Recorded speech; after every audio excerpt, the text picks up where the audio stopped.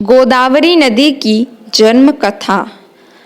आपने कभी नहाते समय बोला जाने वाले एक मंत्र सुना है? गंगे च यमुने चैव गोदावरी सरस्वती नर्मदे सिंधु कावेरी जलेस्मिन् सन्निधिं कुरु। दोस्तों, इस श्लोक का अर्थ है, हे गंगा, यमुना, गोदावरी, सरस्वती, नर्मदा, सिंधु, कावेरी नदियों, मेरे स्नान के इस जल में आप सभी पधारिए और मुझे पवित्र कीजिए। यह श्लोक आपने दादा दादी अथवा नाना नानी को कहते सुना होगा। यह सभी नदियां हमारे लिए पवित्र हैं। आज हम इनमें से एक वंदनीय गोदावरी नदी की कहानी सुनेंगे। आइए शुरू करते हैं। भगवान शिव जी के 12 ज्योतिर्लिंग हमारी पवित्र भारत भूमि पर हैं।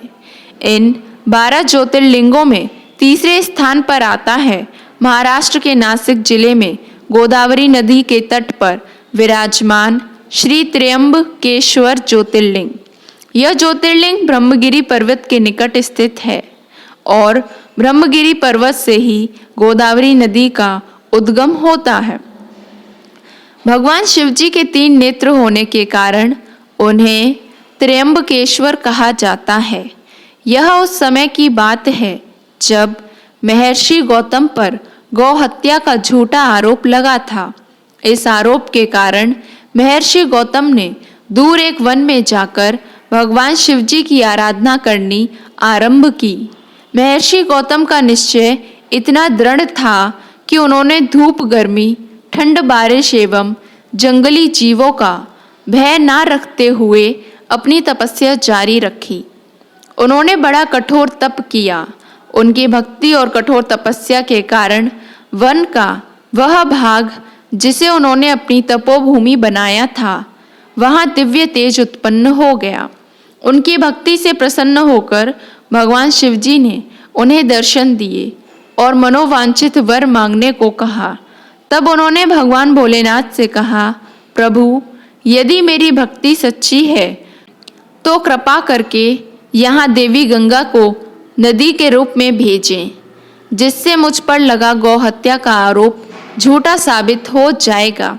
तब भगवान शिव जी ने कहा, हे ऋषि गौतम, देवी गंगा पहले से ही धरती पर विराजमान है और उन्हें वहां से यहाँ स्थानांतरित नहीं किया जा सकता, परंतु देवी गंगा के स्थान पर देवी गोदावरी यहाँ नदी के रूप में स्वयं विराजमान रहेंगी और उनकी उत्पत्ति ब्रह्मगिरी पर्वत से होगी।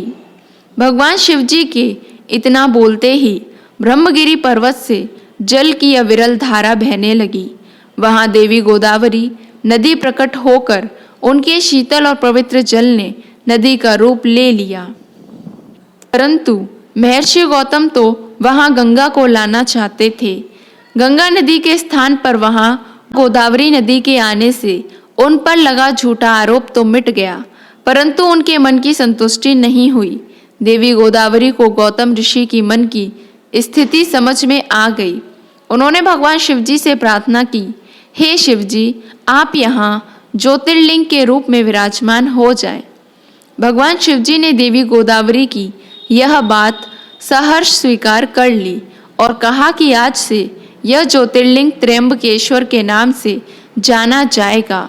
जो भी मनुष्य सच्चे मन और उचित भावना से गोदावरी नदी में स्नान करने के बाद इस ज्योतिर्लिंग के दर्शन करेगा, उसकी सभी इच्छाएं पूरी हो जाएंगी। इसलिए गोदावरी नदी माँ गंगा के समान पवित्र है। ऋषि गौतम से संबंध जुड़ जाने के कारण गोदावरी नदी को गौतमी के नाम से भी जाना जाता है। इस नदी में स्नान करने से सारे पाप धुल जाते हैं, इसलिए इसको वृद्ध गंगा और प्राचीन गंगा के नाम से भी जाना जाता है। गोदावरी नदी भारत के 4 राज्य महाराष्ट्र, तेलंगाना, छत्तीसगढ़ और आंध्र प्रदेश में बहती है।